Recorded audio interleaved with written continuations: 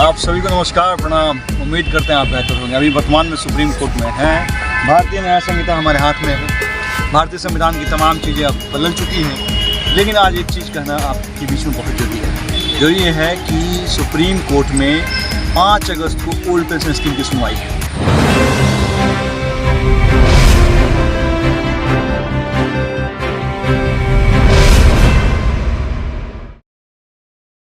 क्या है? Supreme court में ओल्ड पेंशन ओनली फॉर अर्धसैनिक बल का मामला है और किसी का नहीं है। केवल अर्धसैनिक बल के केस का सुनवाई है, जो हाई कोर्ट से 3 साल लगातार लड़ने के बाद जीत हासिल हमने किया था।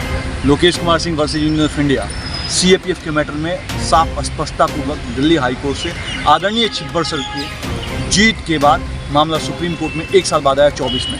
ये मामला अब 24 में आने के बाद सुनवाई है 20 वीक बाद गोली दिया गया था। पहले 8 वीक का गोली दिया गया कि इम्प्लीमेंट किया जाएगा, फिर 12 वीक का गोली दिया गया कि अब हो जाएगा, और 12 वीक बाद जो है 20 वीक पूरा होते ही सरकार चली गई थी सुप्रीम कोर्ट में। यही सुप्रीम कोर्ट है जहां न्याय की उम्मीद पूरा भारत करता है। यही न्यायालय है जहां से हिंदुस्तान चलता है।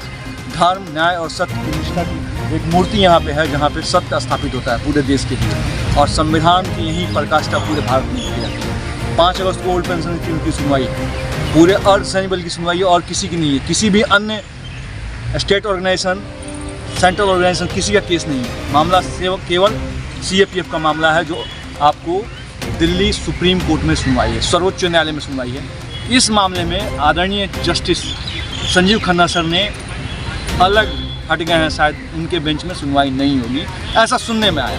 लेकिन देखते हैं 5 अगस्त को क्या होता है, जबकि सभी देश के न्यायाधीश महोदय ईमानदार, सत्यनिष्ठा और जो सत्य होगा उसी पे जजमेंट आता है। अब मुझे पूरे भारत के संविधान पे भरोसा है, भारत के पूरे जज साहब पे भरोसा है, और भारत के उस एडवोकेट पे भरोसा है जिन्होंने हमारे दम पे आदरणीय छिब्बर सर पे भरोसा है। छिब्बर सर ने मेरा साथ दिया है, और जो साथ उन्होंने दिया है वो शायद भारत के इतिहास में, दुनिया के ये कह सकते हैं कि सबसे टॉप एडवोकेट हैं आदरणीय छिब्बर सर, जिन्होंने पूरे CAPF के लिए जान लगा के जजमेंट हासिल किया था। अब सुप्रीम कोर्ट में भी केस को खारिज नहीं होने था।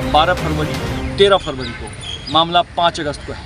मानते हैं पूरा दमखम हमने धन, दौलत, पैसा और समय, अपना तमाम चीज़ त्याग कर दिया है, भाले के नोक पे रख दिया है, और उस पर नोक पे लगने कुर्बानी भी दे चुके हैं।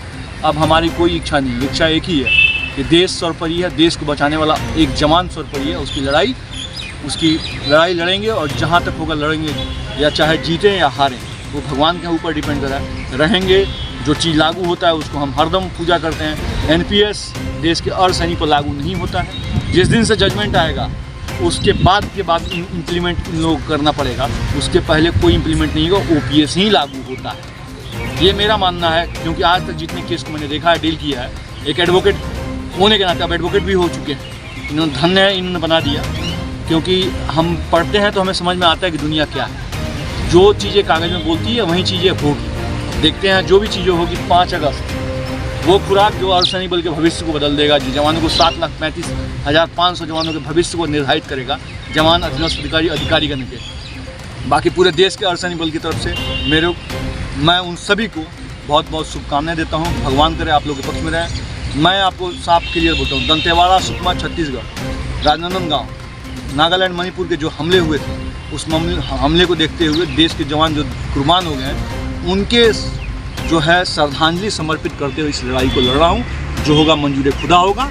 इसके लिए मुझे पूरी ज़मीन बेच देनी पड़ेगी तो मैं बेच दूँगा, लेकिन छोड़ूंगा नहीं। बाकी जो भी होगा आप लोगों के बीच में 5 अगस्त को सुनवाई होगी। जय हिंद, वंदे मातरम, इंकलाब जिंदाबाद, भारत माता की जय।